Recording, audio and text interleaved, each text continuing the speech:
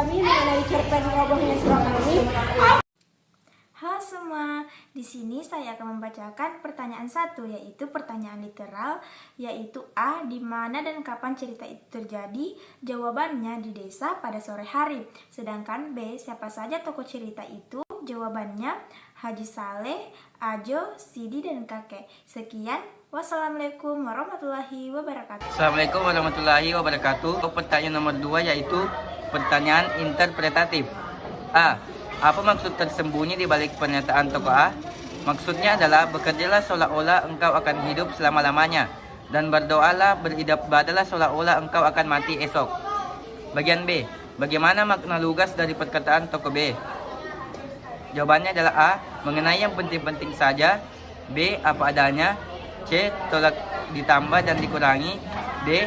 Polos, sederhana, tidak berbelit, tidak bersifat pribadi dan objektif. Sekian dari saya. Nah, di sini saya akan menjawab pertanyaan integratif.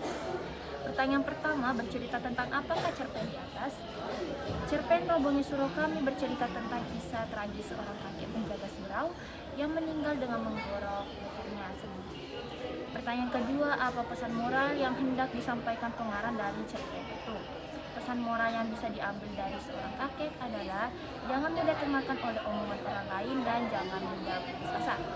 Sedangkan pesan moral yang bisa diambil dari Ajo Sidi adalah jangan pernah menjadi seorang pembual yang bisa merugikan orang lain. Sekian dari saya kembalikan kepada moderator. Menjawab pertanyaan yaitu pertanyaan kritis. A. Ditinjau dari sudut pandang agama, bolehkah tokoh C berbohong pada tokoh A? Jawabannya tidak. B.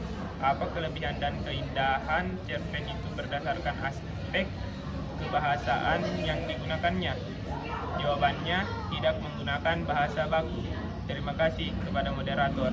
Hikmajel akan membacakan pertanyaan dari soal nomor 5, yaitu A. Bagaimana sikapmu apabila berposisi sebagai tokoh A dalam cerpen itu?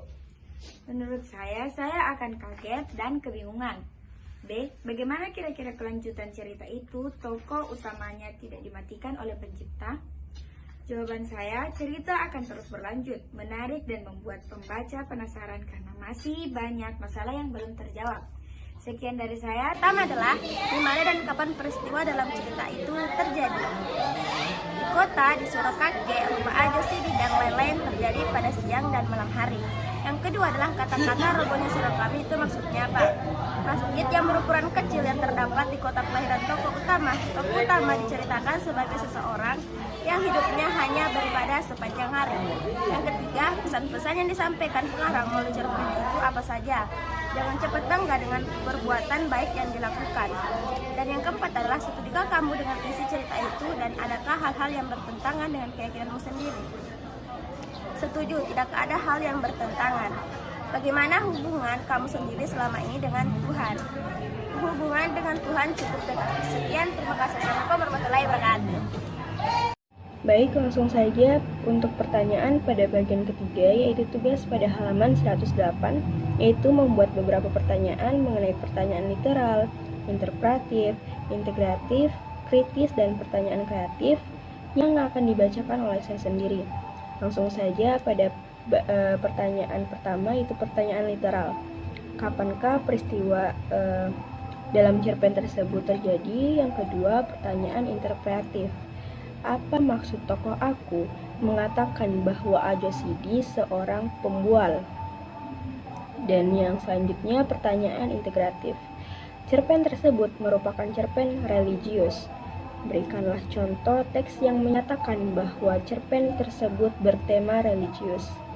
Dan yang keempat, pertanyaan kritis.